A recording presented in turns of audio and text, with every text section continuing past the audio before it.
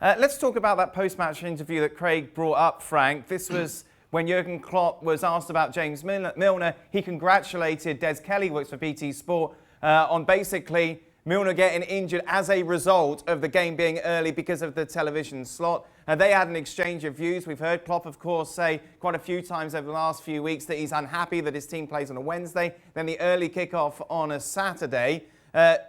Whose side are you on here?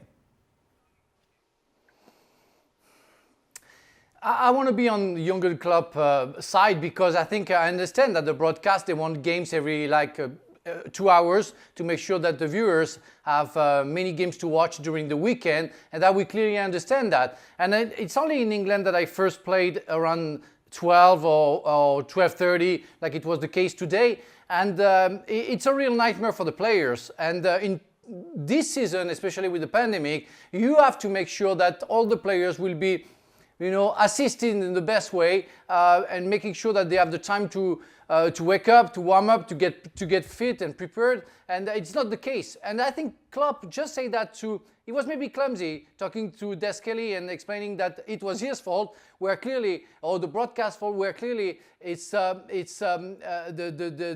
FA who decides what's going on, the EPL, sorry, who decides what's going on. So it's you have to make sure right now, because we see so many injuries, that we take care of the players. So maybe it means that you have to change something with the broadcast, with the hours you're gonna show to you're gonna show the games to the world. But I like the way Klopp said, because he faced everything. He said that the offside, nothing to say. It was a penalty, and I think he got annoyed a little bit with Des Kelly, who was asking question where he wanted to make sure that Klopp will go for a debate or some problems to the EPL, and it's why Klopp got crazy in a way and answered that and started that other debate with Des Kelly. What do you think, Craig? Dan, well, it was Sky Sports last week, and it was BT Sports, our partners at BT this week. And look, he is correct. However, there's no point chipping away at the broadcasters, because it's the Premier League who put these slots up to be bought for extensively big money. And whilst the clubs want a piece of that cake, a huge piece of that cake, they've got to understand how it's all going to be, carved up. And that 7:30 slot for us in the US, 12:30 in the UK, was a big slot that was fought over.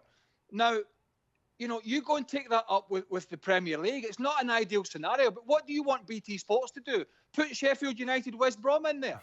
They need to have elite teams in that slot. Like Sky Sports need to have elite teams in the 4:30 slot or whatever it is tomorrow. These packages have been paid fortunes for. And it wasn't just football clubs that lost money during the pandemic. It was broadcasters as well. So everybody's fighting to try and get some of those finances back. And that means putting these teams in those positions. So if Jurgen Klopp and his chief executive and all these clubs voted in favour and wanted to take the money, I've got a problem with it. They've got to go and see the Premier League, right? Because there's no point in saying to Sky and BT, well, you put us in the 12:30 spot. Well, who do you want to put in the 12:30 slot? It's not easy. Somebody has to go in there. One of the elite teams has to go in there.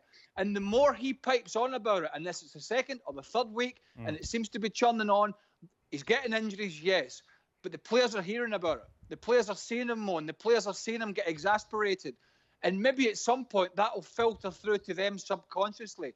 So I think he's just going to have to bite the bullet in this. I don't know the fixtures going ahead. I don't know how many times he's going to be in those slots or how many times it's going to be a problem for him. But the broadcasters have to put people in through the packages that they purchased. And it's their prerogative to do so. Well, thank you very much for watching ESPN on YouTube. For more sports highlights and analysis, be sure to download the ESPN app. And for live streaming, premium content, and let's not forget as well, ESPN FC 7 days a week. Subscribe to ESPN Plus.